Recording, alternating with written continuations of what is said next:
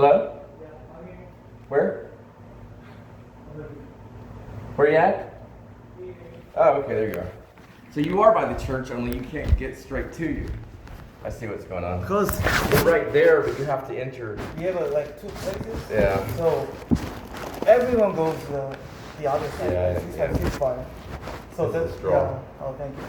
Then they gave you some of this, I guess for onions.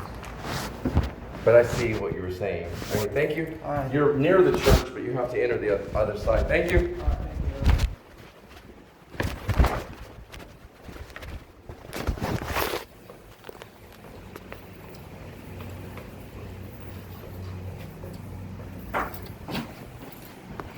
All right, that's difficult. This is really cool.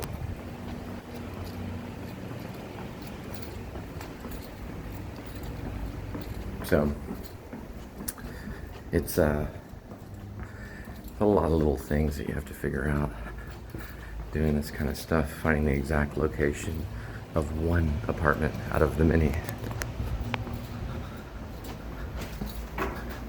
You can smell a certain type of herb in this area. I like these little openings right here.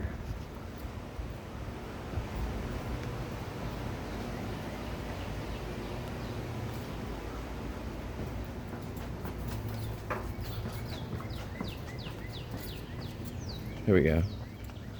So there's a lot of different factors that go into this right here, a building number. Right? So people don't really think about it, but each one of these buildings have their own number.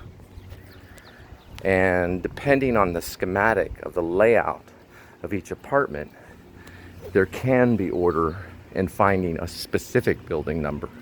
Meaning they can go 1, 2, 3, 4, 5, 6, 7, 8, 9, 10, or it can go all over the place and be chaotic.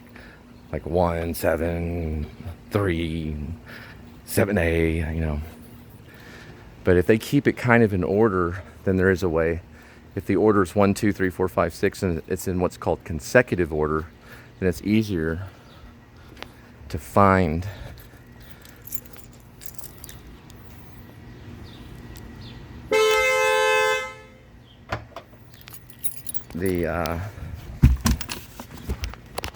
it's easier to find the building. So the way to do it is you have to just kind of look at the pattern of how the buildings are constructed, because the rideshare app doesn't do that for you. So you get some of the information, and sometimes they'll just put the dot in the middle of the road.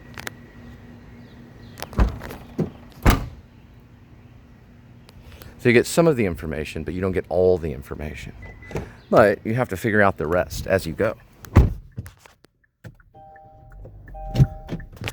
Then also you got to have numbers, building numbers. You have to have the unit number, right? So the building number. Okay, here's a clue. Here's a clue that will help you if you're watching this and you want to do this kind. So what you do is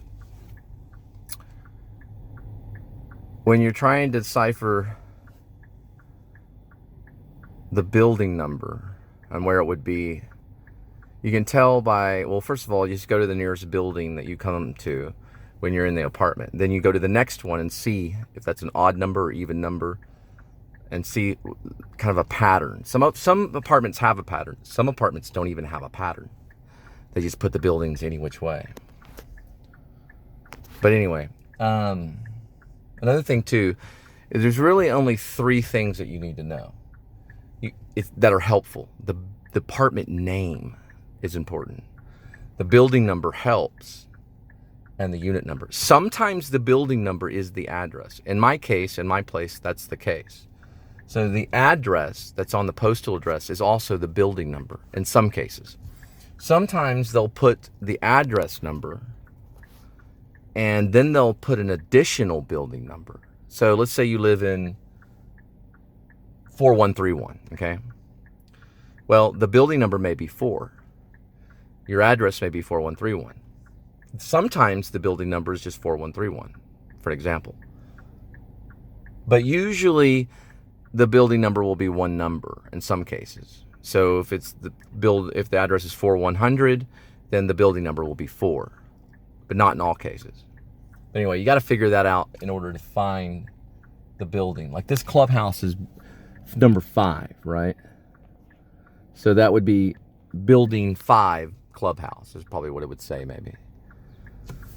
But sometimes you can't even see the building number, and you can't go through every single apartment. So then you have to look at the schematic of the unit numbers, and you have to find some kind of pattern to the unit numbers, and then you go, and you find the unit number through the patterns of that's the hardest. If they don't give you a building number, then you have to figure out, okay, what are these buildings here? Okay, these buildings are 200 through 300. These buildings over here are 300 through 400. Then there might be another building that's 300 through 400A. So it's not as easy as, you just go into the apartment complex and find, you gotta book it. And these things are costing you money. So they need to find, on the rideshare app, they need to find a way to figure out the schematics of the buildings and the building numbers and the unit numbers. And they need to have a separate section of the app. Kind of like in a video game, when you have the GPS section and then you get out of the car, then all of a sudden you're walking around the apartment, right? So the app would shift to an apartment app. They will make a lot of money doing this. Then all of a sudden you're going to the apartment. So you find the apartment, then it shifts. The app will shift to an apartment scheme. So you see the apartment layout on the app, and then it'll blink to where their unit number is. That would be so cool. So then you can follow the footsteps. You can say park here, or it'll give you an option to park near their building. Then it'll show footsteps to lead you right to their apartment. Now houses, you don't need this, because houses are very easy. Hotels are usually easy because you can ask the concierge, or you can ask the bellhop, or whoever you run across. You can ask them where the where the unit number is, or where their hotel room is. That's easy to find if they're nice enough to tell you, and usually they are. They'll say, just take the elevators there, go to the 3rd floor, blah, blah. That's easy. So hotels and apartments are easy. They are, but hotels and houses are very easy. So hotels and houses are very, very easy drops. Apartments can be difficult, even though I said the wrong thing. So apartments can be difficult, but they could be easy if the app was developed better and more defined. That's probably another note that I need to give, is let's find out the schematic of these apartments, and let's walk it out for the deliverer. Or let's find the building number for them. Let's find the unit number, and let's change the schematic of the app once you get into the apartment. So first, find the apartment by using the apartment name. If the apartment name changes, find that information out. Once you get them in the apartment, you can also give them gate codes and things like that. Then they get into the apartment, the app changes, and then we can be walked right to their apartment. And we save more time and money and make more money as deliverers. It's just an idea. So apartments are difficult. Houses are easy. Hotels and motels are easy. Motels are probably a little more difficult because you don't have the concierge, or you don't have the bellhop to tell you always where they are, especially at night.